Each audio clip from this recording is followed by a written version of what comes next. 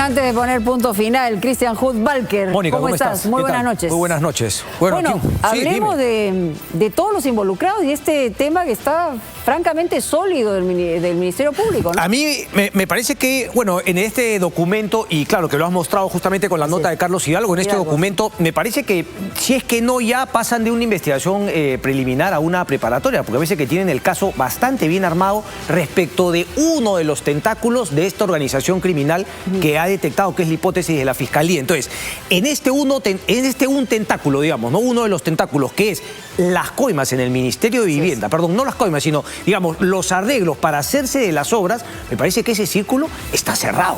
Bueno, con las declaraciones que hay, y ojo, para que el amigo Benji Espinosa no se exalte, no solamente son los dichos, lo primero son los dichos, pero luego está toda la corroboración con hechos. No solamente eso, sino que, de acuerdo a la hipótesis del Ministerio Público, que tiene que tener una parte de la esfera más alta del poder. Sí, claro. Porque además hay un manejo de dinero con depósitos, con transferencias que dan clara cuenta que efectivamente esos dineros de dónde salieron, quiénes los dieron, a dónde los entregaron. Todo eso está en la línea y la ruta de lo que se ha manejado, ¿no? La gente ya en redes sociales ya no sé si se hace la pava o la verdad que se ha contaminado todo ya de tanta gente que le quiere poner mil preguntas, ¿no? Porque queda claro que ha habido, digamos, diversas maneras de que el entorno del presidente se ha hecho de dinero ilegal desde el primer día, desde el día 1. Como por ejemplo, te doy, qué fácil sería cuadrar esta hipótesis. El tema de los pagos por los $20.000 que le contaron, claramente eso era un dinero con el cual se hizo de una caja el entorno presidencial y eso les permitía contar con un dinero que obviamente se empezó a repartir y que justamente podrían ser o deberían ser los dineros que sacó Jennifer Paredes para justamente financiar los expedientes técnicos. Para aclarar, expediente técnico con la parte inicial para que te den el presupuesto para esa obra. Pero además tienes que tener a la gente que te haga efectivamente ese expediente para que te puedan, digamos, aprobar la obra. De otra manera no existiría esa posibilidad. Los Espinos Lucano tenían justamente eso, por eso están tan metidos en el tema. Es tan importante. Y además cuenta todos los hechos. Así que la verdad, en este caso particular, me parece que el caso se cierra y no me extrañaría, o debería ser lo correcto, que se expida también ya no detención preliminar, sino seguramente preventiva incluir a los hermanos, si es que no también a Lilia Paredes. Por eso el presidente lo sabe y por eso sacó este tema por delante del pasaporte. No, además ha puesto, digamos, el parche rápido. Quieren engrilletar a mi esposo, en fin, cosas de esa naturaleza y a mi familia también. La victimización. Bueno, te dejo. Gracias, Mónica. Ponemos punto final. Vamos con Christian Hudtvalcker. Chao, amigos. Hasta el próximo domingo. Chao. Bien, nosotros arrancamos Sin Medias Tintas, no sin antes, ¿no? La cuñita, suéltala.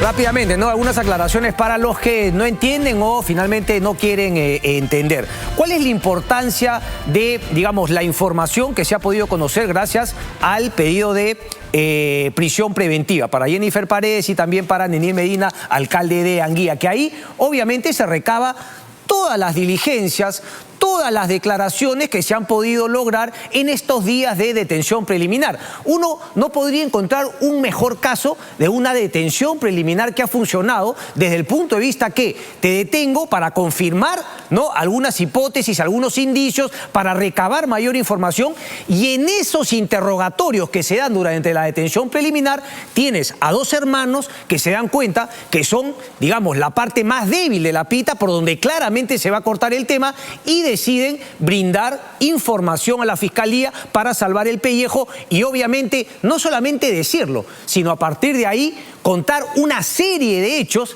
que, utilizando la palabra del propio Benji Espinosa, se concatenan para la suma de esos indicios, obviamente llevar a lo que desde mi punto de vista sería una sentencia condenatoria si es que esto iniciase finalmente en un juicio oral. A ver, tenemos el cuadro ahí, por favor, para empezarlo a explicar, porque partimos de un cuadro que ha presentado la propia Fiscalía, el propio Ministerio Público en su pedido ante el juez para la prisión preventiva. ¿Lo tenemos ahora sí? Mándalo a full, perfecto, a full me gusta. Ah, yo no lo tengo acá, yo lo tengo acá al frente, entonces me voy por acá. No quiero meterme con las letras de SMT, después chocamos todo. A ver, estructura criminal, corrupción en el poder. El presidente Pedro Castillo lidera finalmente, no, o lideraría, vamos a ponerlo en condicional, ya para seguir obviamente los parámetros, porque sabemos que obviamente es lo que tiene que definir el Poder Judicial con una sentencia. Pero ahí están las hipótesis, ahí están los indicios que se van convirtiendo en carga probatoria. Tenemos el caso del gabinete en la sombra. Ojo que lo acaba de contar en un reportaje, un programa dominical, en el cual han sacado a la ex viceministra de Vivienda, Añaño, si no me equivoco, contando cómo funcionaba este gabinete en la sombra, cómo se reunían en Surquillo, cómo se reunían en la casa de Zaratea, y no solamente, ojo, los chotanos, sino también el grupo de los chiclayanos, que estaría entre uno de sus miembros, Heiner Alvarado López, el ministro de Vivienda. A ver, lo interesante de este tema es que una vez que tenemos al presidente Pedro Castillo, ¿por dónde me pongo? Si quieres, anda al punto mayor. Tenemos al presidente Castillo como el líder de la organización criminal. Y aquí el cuadro que ha sacado el Ministerio Público, un poquito que te presenta todas las investigaciones en las cuales está incluido el presidente Pedro Castillo.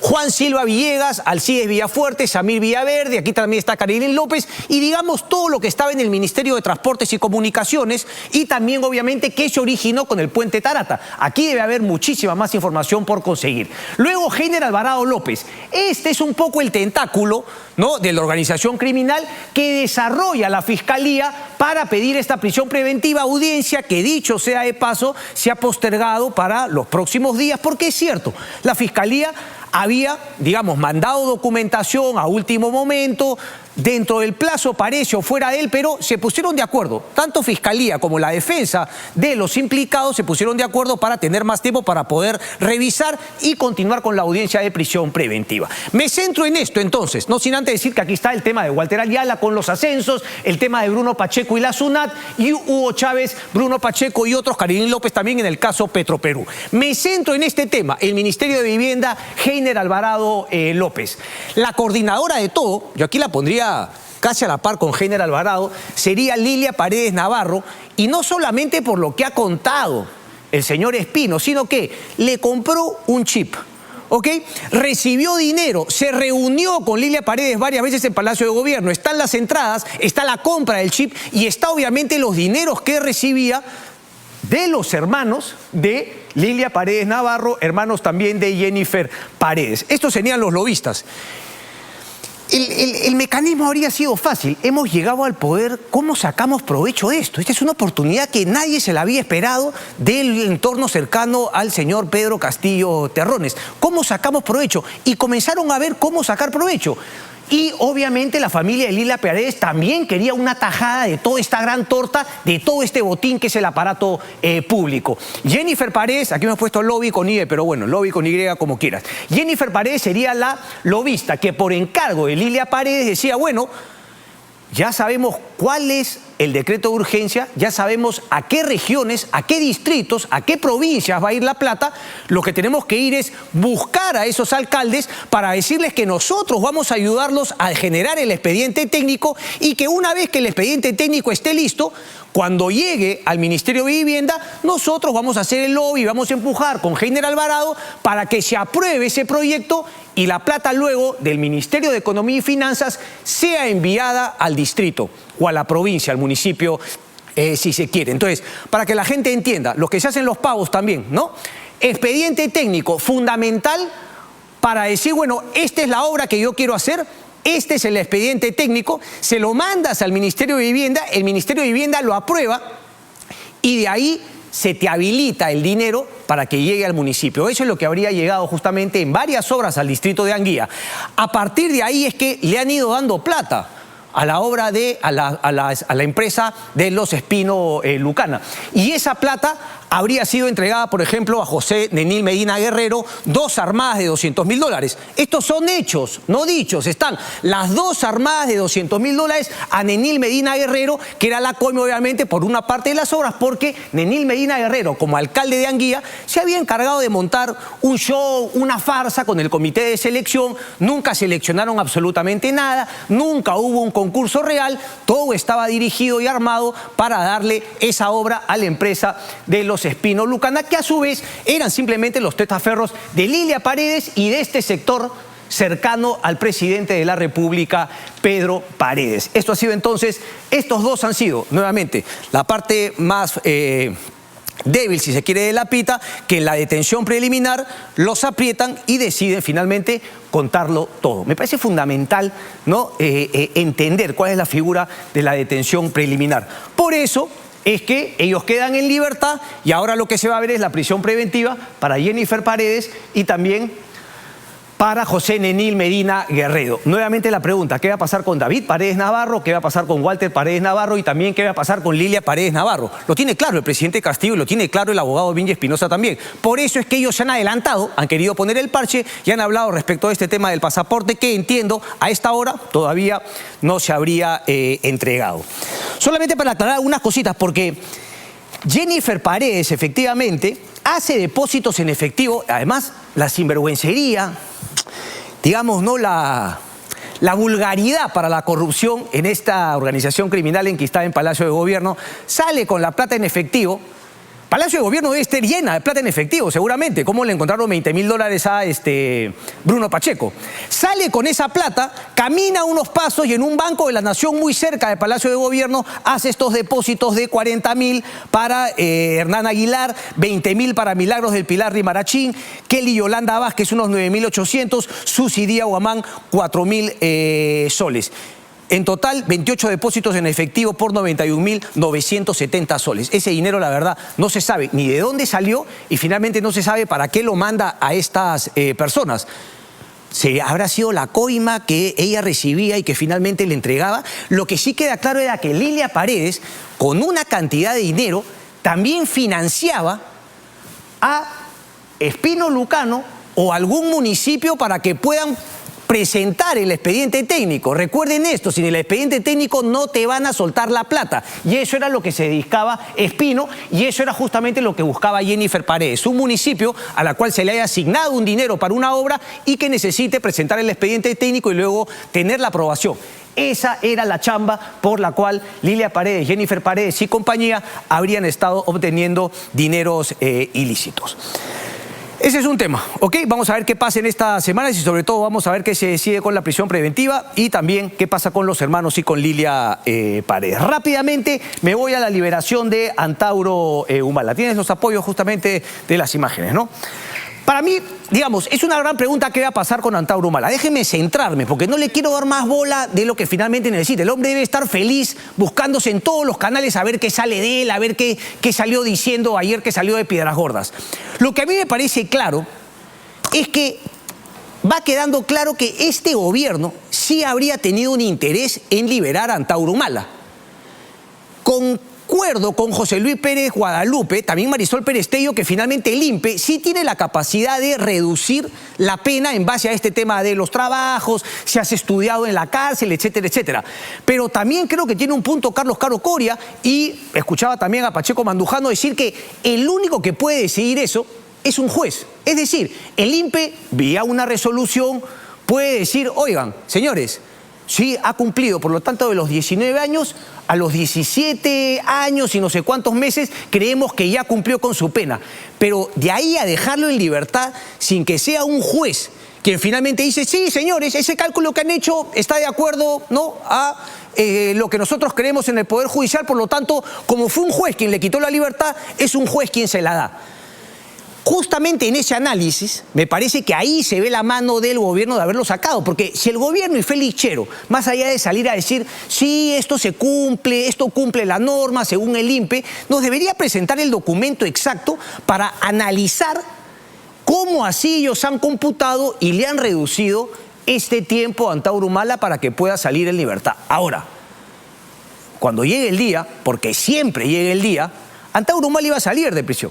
Podría regresar ahora, salir en un año más. Entonces, el tema no es cuándo exactamente va a salir, sino qué es lo que encuentra Antauro Humala y por qué tanto ha sido el temor de que Antauro Humala salga de prisión. Es decir, qué tan mal estamos para tener esa seguridad, ese temor, esa preocupación de que Antauro Humala le puede echar todavía más gasolina a lo que ya está finalmente picante aquí en nuestro país. Entonces, a ver, si es que está bien que haya salido ahora o no, para mí no me preocuparía tanto el tema es cómo se le va a controlar a Antauro Humala. Repito, yo sí creo que el gobierno está feliz y el gobierno es tan inepto, es tan incapaz que seguramente no va a medir qué le puede beneficiar a Antauro Humala, porque en cualquier momento a Antauro Humala también se le voltea al presidente Castillo y se acabó la película. O sea, ellos lo que creían que podría ser un pro, al final termina siendo un tremendo pasivo para el gobierno de Pedro Castillo.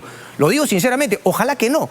Ojalá que Antauro Humala no tenga ninguna capacidad de manipular, manejar, levantar a cierto sector de la población. Ojalá sea finalmente un tipo que no se hizo popular por las razones incorrectas, porque además es un asesino. Queda claro, desde el sistema de justicia así lo han condenado y que finalmente pase al ostracismo. Pero bueno, aquí en el Perú van a haber, y sobre todo en las elecciones regionales, va a haber mucho picaflor, va a haber mucho sinvergüenza que aspira finalmente a hacerse de un poder político en alguna región que va a intentar servirse de lo que sería la popularidad y el arrastre de Antauro Humala. Las preguntas de fondo son otras. ¿Por qué no tenemos una ley que nos permita, más allá de que estas personas salgan de prisión, como Antauro Humala, queda claro que no se ha resocializado? Pero uno podría argumentar que la falta de resocialización no es un problema del reo, sino es un problema del sistema penitenciario que no tiene la capacidad de resocializar a nadie. Y esa es una realidad, pues, del tamaño de la catedral en nuestro país. Queda claro que así es. Entonces, no es un argumento para decir que Antauro Humala haya tenido que salir o no, y el pago de la reparación civil tampoco. Desgraciadamente es así. Y si no queremos que sea así, hay que cambiar la norma. Y obviamente no solamente para uno, sino para todos. Repito, la pregunta sería: si una persona como Antauro Humala es efectivamente todavía un peligro, como yo creo que lo es, repito, ojalá que me equivoque desde el punto de vista de que no tenga arrastre, ¿no?, con la población, pero de que sus ideas así lo demuestran, está claro. Entonces, ¿cómo se protege el Estado peruano de ello? ¿Hay alguna posibilidad de hacerle un seguimiento, si realmente sin violar, o qué sé yo, que la ley lo permita? Porque, digamos, las libertades de las personas también se ponen sobre una balanza para justamente ver la seguridad de la mayoría de la población. Entonces, ese me parece que es un tema a tomar en cuenta, utilizando el caso de Antauro Humala, pero luego obviamente extrapolándolo a casos por terrorismo, a otros secuestradores, etcétera, etcétera. Igualito debió pasar con el terrorista este que se fue después a Suecia. A ver, otro tema importante.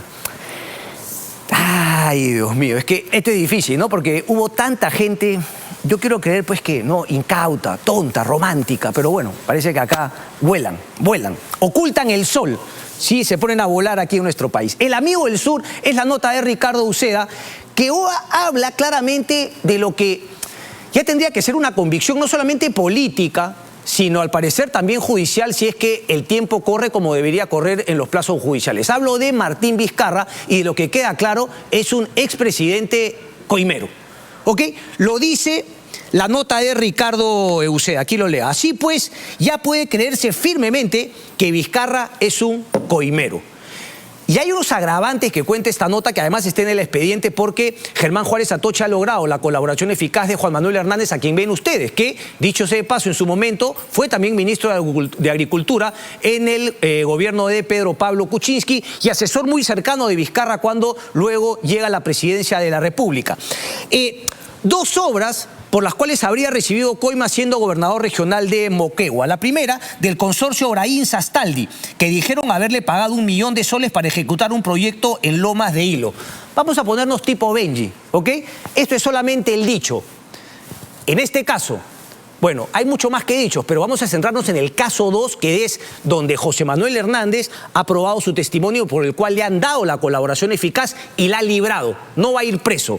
¿Cuál es el caso 2? El caso 2 es ICSA e INCOT pagaron 1,3 millones para que le fuera adjudicada la ampliación del hospital de Moquegua. Repito, ese es el acuerdo que tiene Hernández con Juárez Atoche.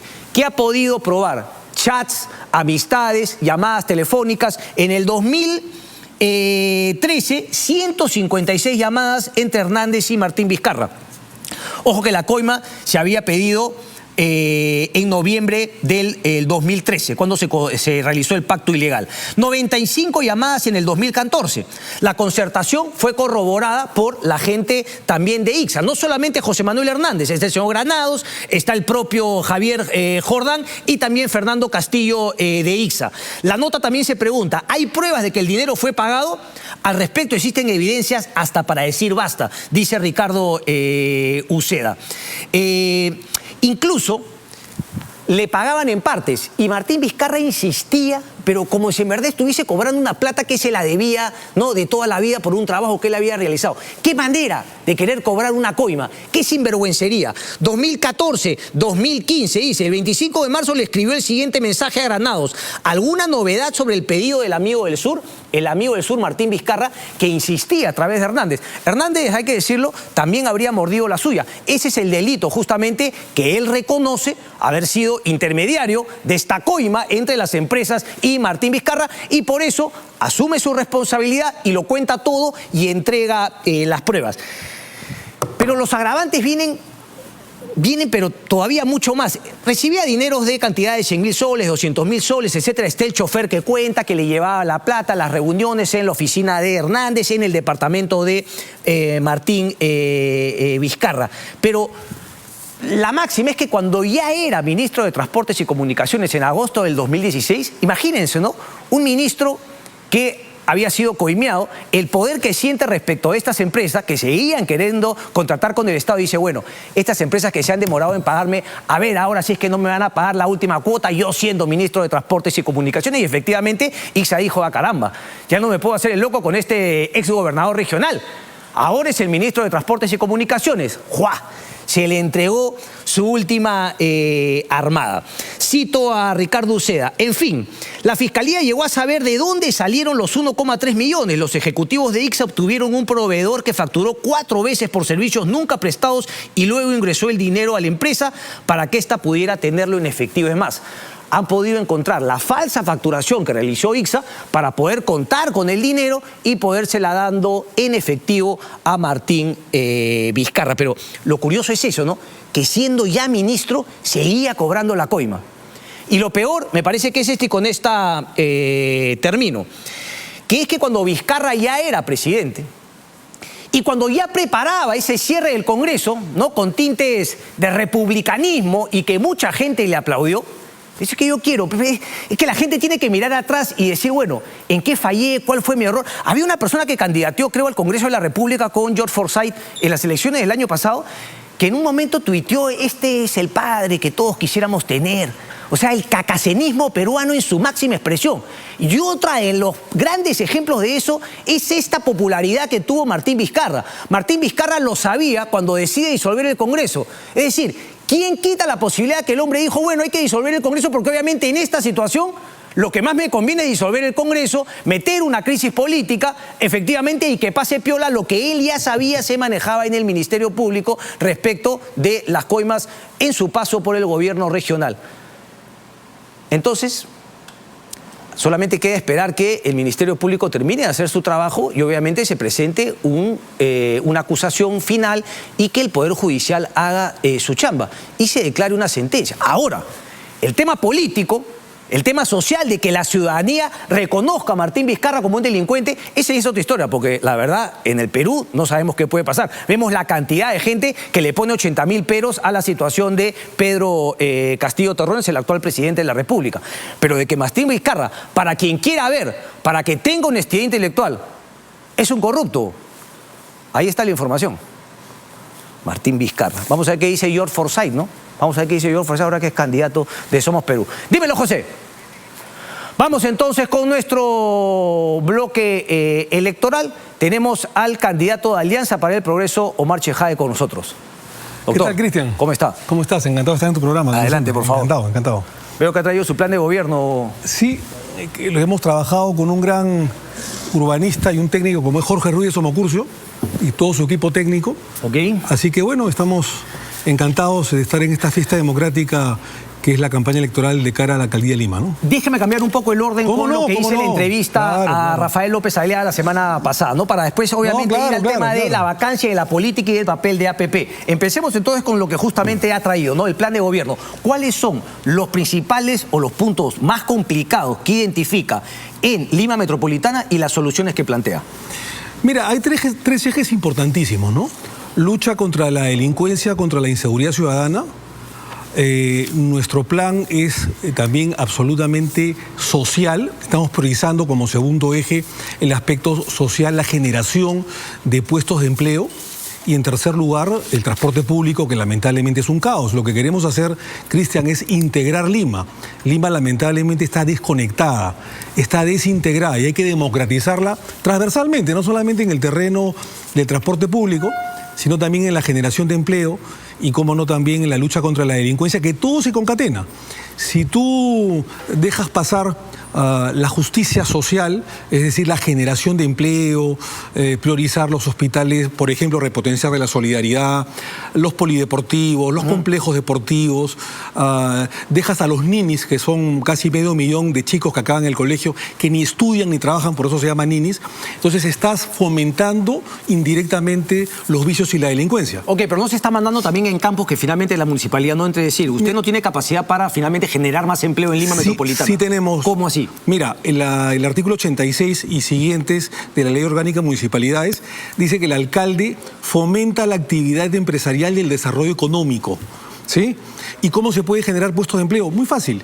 Mira, por ejemplo, vamos a abrir el Centro Histórico de Lima, que lamentablemente este gobierno cobarde a las manifestaciones lo ha cerrado y está llevando a la quiebra a miles de personas, a cientos de centros comerciales, restaurantes. Ah, bueno, ok, entiendo, digamos, de forma indirecta. Porque si me dice así, por ejemplo, claro, si usted mejora el transporte público en Lima, obviamente la productividad de los ciudadanos en Lima va a mejorar, porque no van a pasar 8 horas en el transporte público, van a bajar y cuando lleguen a su trabajo, o sea, de esa manera se refiere indirectamente. Sí, el turismo, sí, claro. El turismo genera miles de empleos y divisas, y la Costa Verde la vamos a priorizar los 12 meses del año.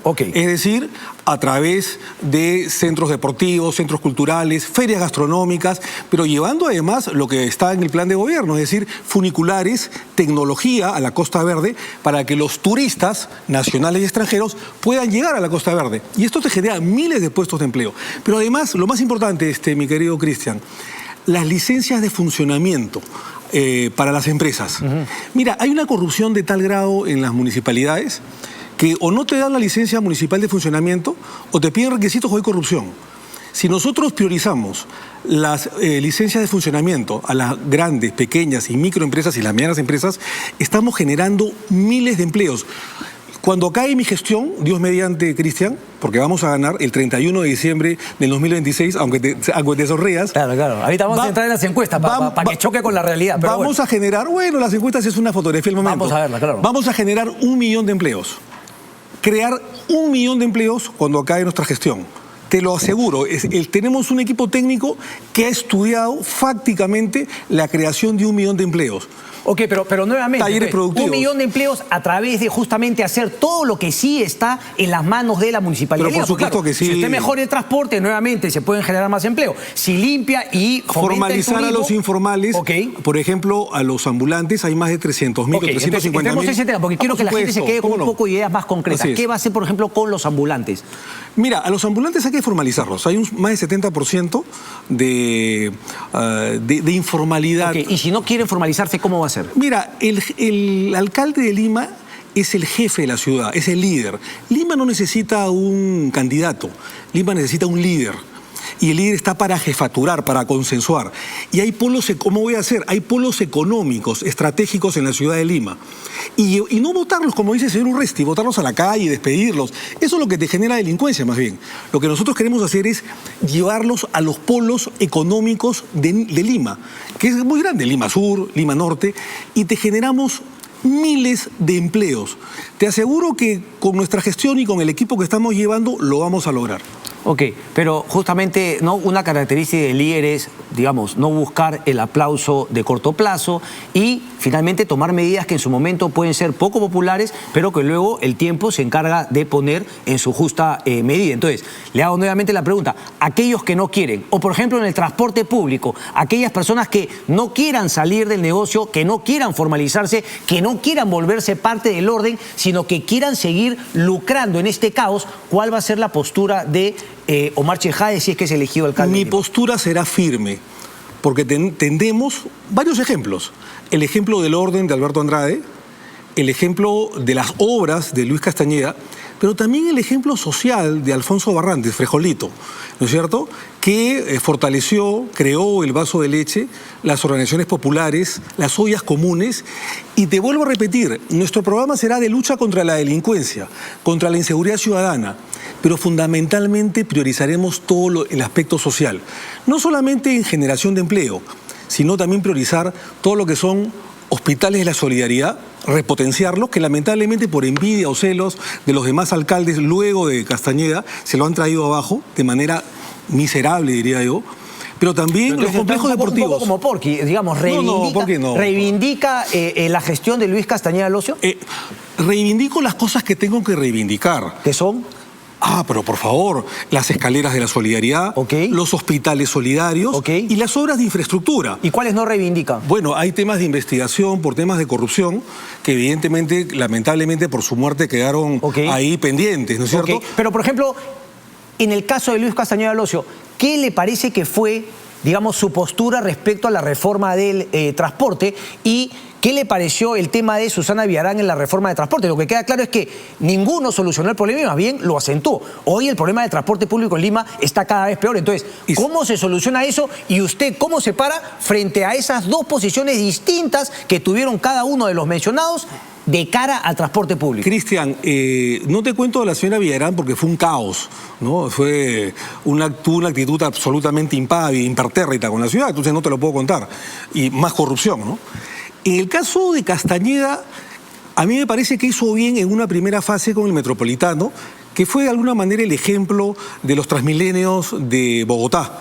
Pero Bogotá tiene, además de más habitantes, tiene 10 corredores.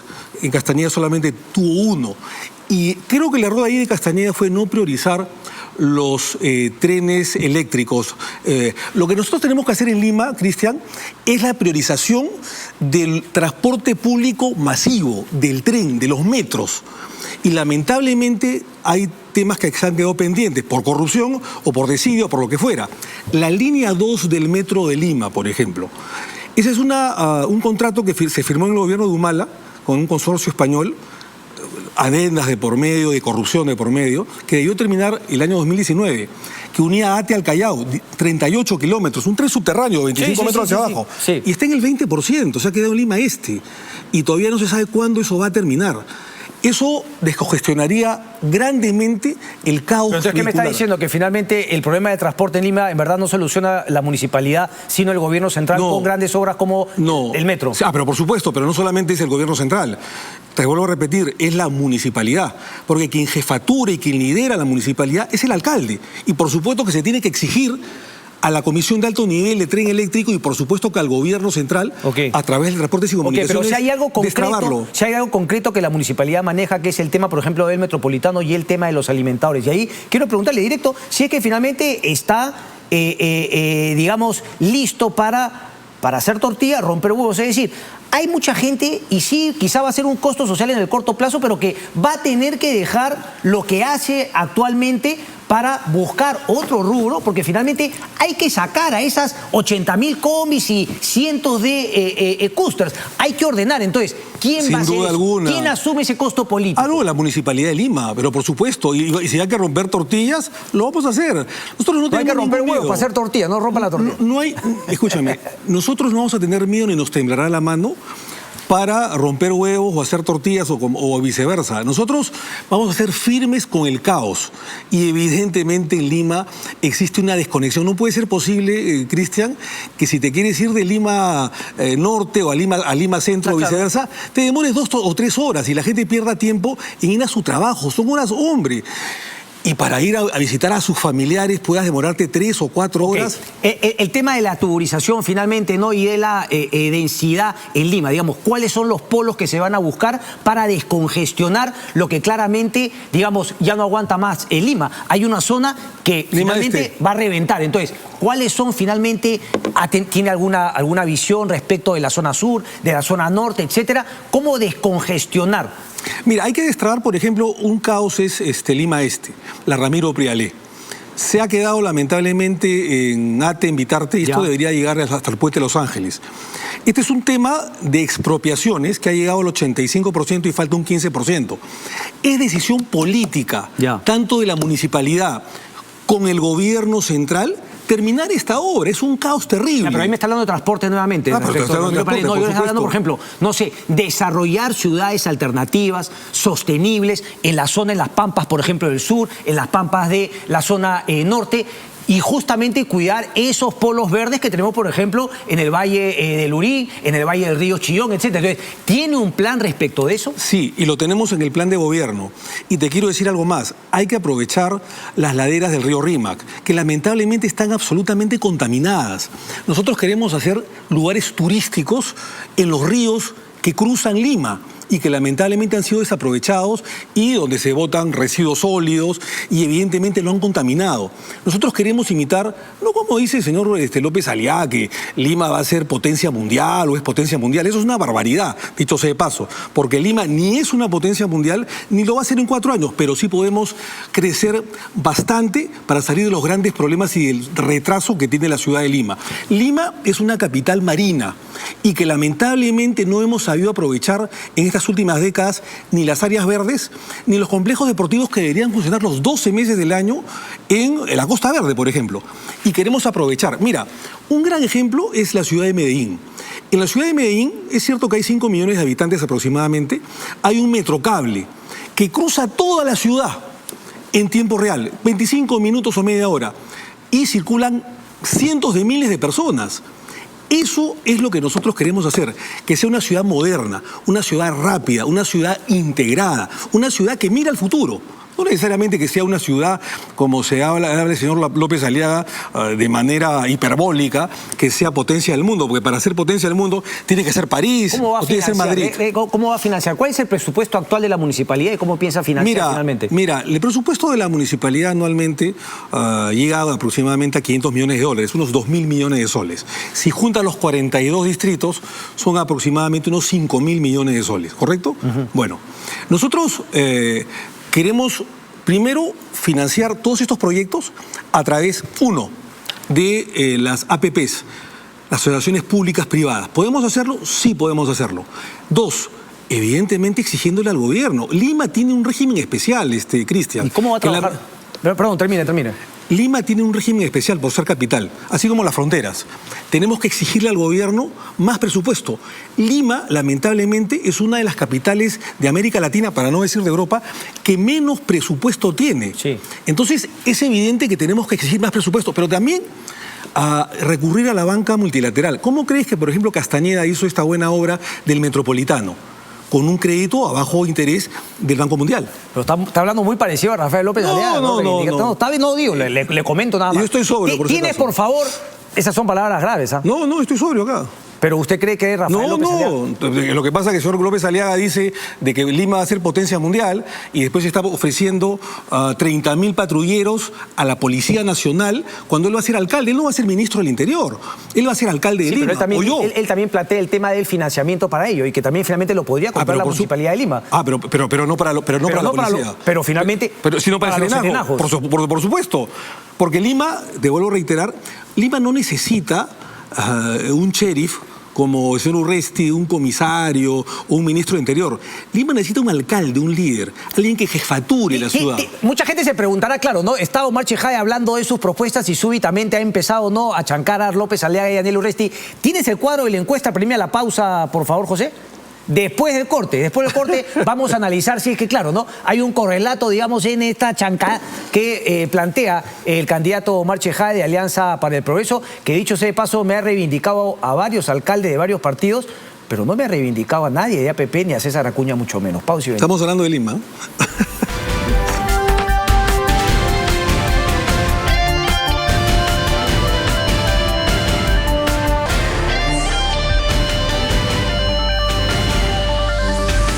Bien, seguimos conversando con Omar Chejade, candidato a la alcaldía de Lima por Alianza para el Progreso. Señor Chejade, a ver, quería mostrar un poquito las encuestas y ver cuál es un poco la estrategia, si es que usted le hace caso, es una fotografía. La ficha técnica rápidamente, no 1.280 personas, es del 1 al 4 de agosto, Instituto de Estudios Peruanos. Vamos a los números, por favor.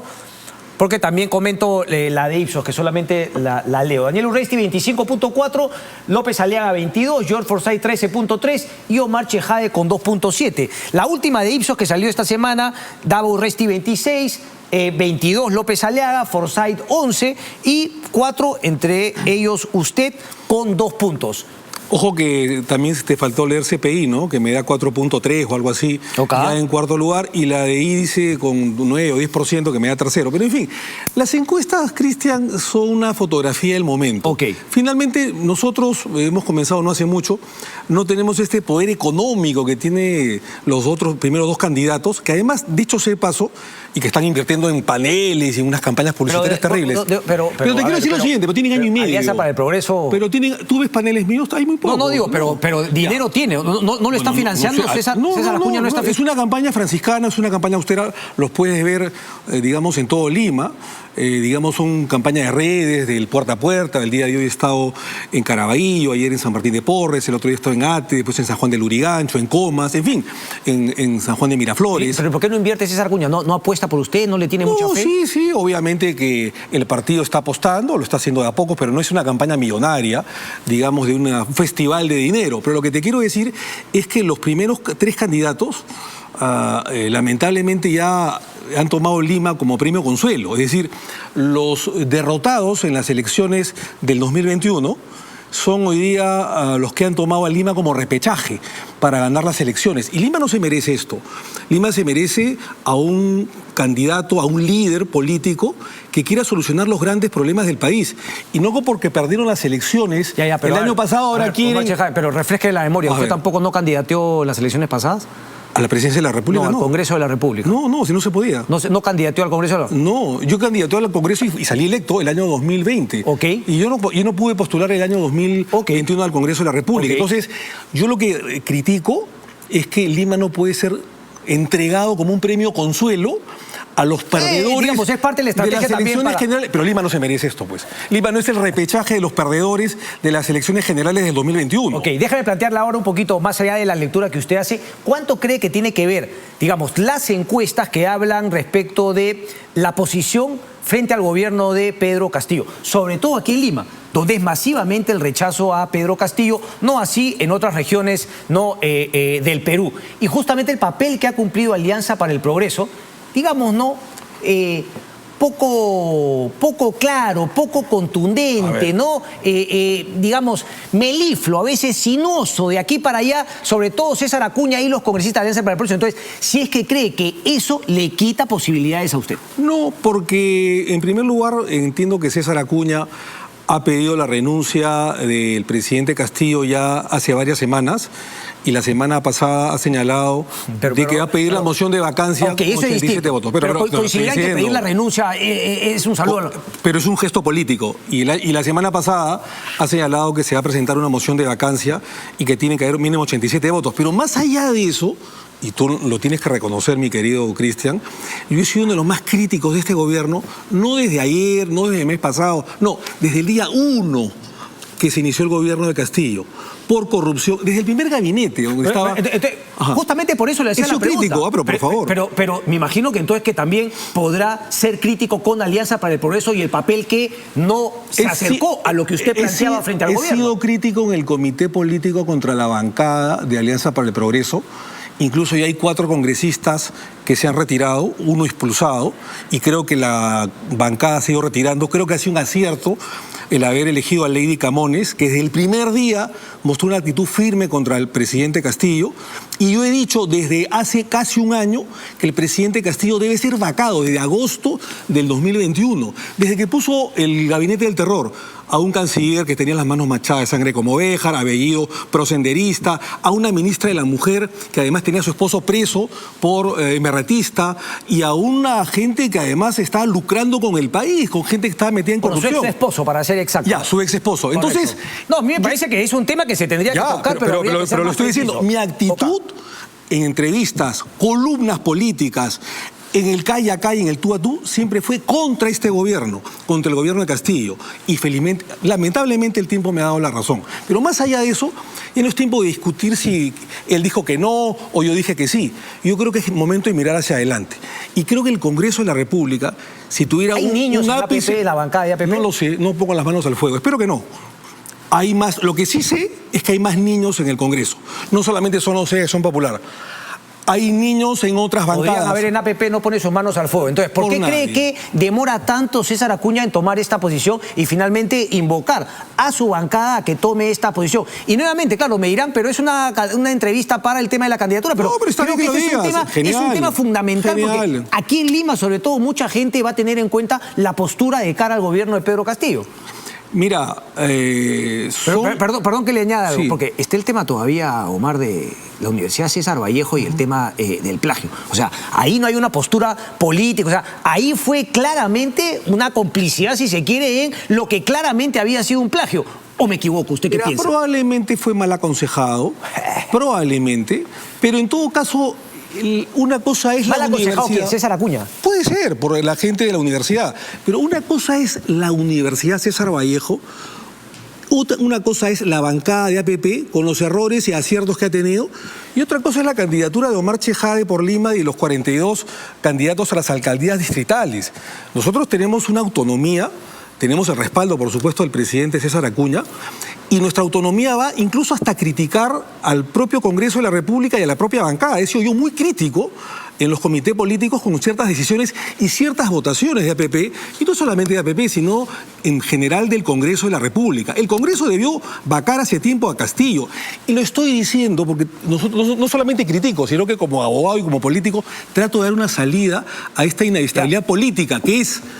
Pero le quita seriedad a Omar Chejade si es que finalmente dice, bueno, lo habrán aconsejado mal. O sea, ese es el argumento de un niño.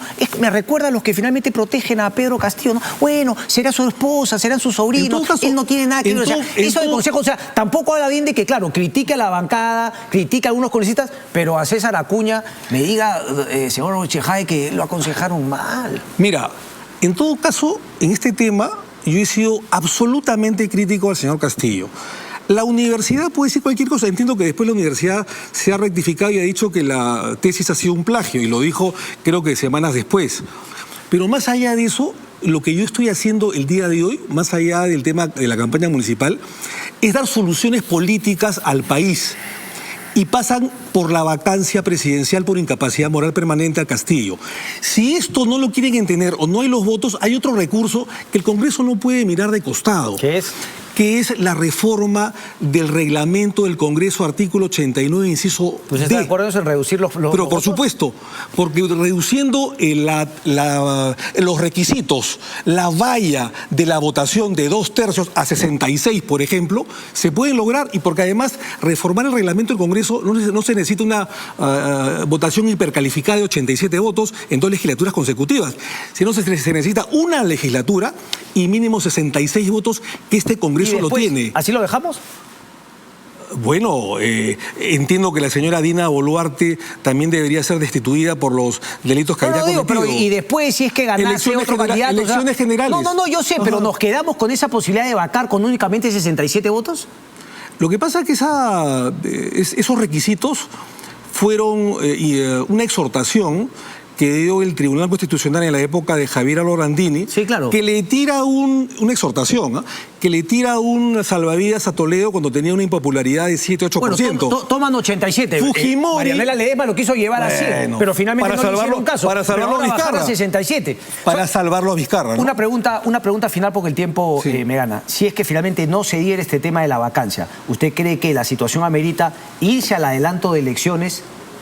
Es decir, es tan grave la situación con Pedro Castillo en el gobierno que si no se diese la vacancia, que desde su punto de vista me parece sería el escenario ideal, ¿valdría la pena en todo caso, ante esa negativa, ir al adelanto de elecciones, o no es tan grave la situación? No, sí, pero el tema es que no hay los votos, porque para ir a adelanto de elecciones tienes que reformar la Constitución, como hizo el Congreso el año 2000, que se acortó el plazo presidencial. Entonces necesitas 2 legislaturas consecutivas y 87 votos mínimo. O puede ser también a la figura de la mayoría de 67, creo, y finalmente un referéndum. Bueno, pero esa es otra posibilidad, pero va a demorar. Yo creo que lo más rápido, y te lo digo como abogado penalista y constitucionalista y político, es la reforma del reglamento del Congreso. Tiene 66 votos, Cristian. Y el Perú sufre una crisis política, moral, económica y social. No aguantamos un día más con Castillo. Eso es un poquito, te patea. Lo vengo diciendo hace un año. Te patea la situación. Cristian, aprovecho tus cámaras de televisión. Me tengo que ir. Para convocar al señor Urresti a un debate. Que no se corra, que no se haga el muertito. ¿Solamente Urresti o también, digamos, el 3 y el 2? Lo que pasa es que Urresti es un señor que está pasando piola, que es amigo, que es el candidato del gobierno, y que tiene las manos manchadas de sangre. Yo creo que aquí va a ser el debate. Acá el debate, y donde tú quieras. Porque creo yo que Lima no necesita pues una persona que tenga esas acusaciones tan serias y que no ha logrado desvirtuar. Pero Lima necesita un líder. Okay. Y lo vamos Ahora sí está yendo directamente a el que encabeza, a ver si finalmente empieza también a subir. Pero no es estrategia, lo he venido diciendo hace mucho tiempo. Correcto, vamos a plantear acá porque están invitados finalmente los cuatro primeros para tener un debate aquí en Sin Medias Tintas. Y usted está raspando entre los 4 primeros todavía. Gracias, Omar Chejade. Gracias, Cristian. Vamos a una pausa y venimos, no se muevan.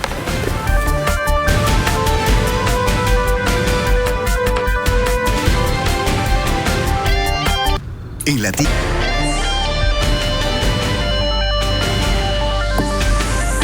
Bien, no hay tiempo para más. Vamos a esperar lo que avance el Ministerio Público en estos días de la semana. Se queda con Latina Deportes y conmigo hasta el próximo domingo. Chau, chau.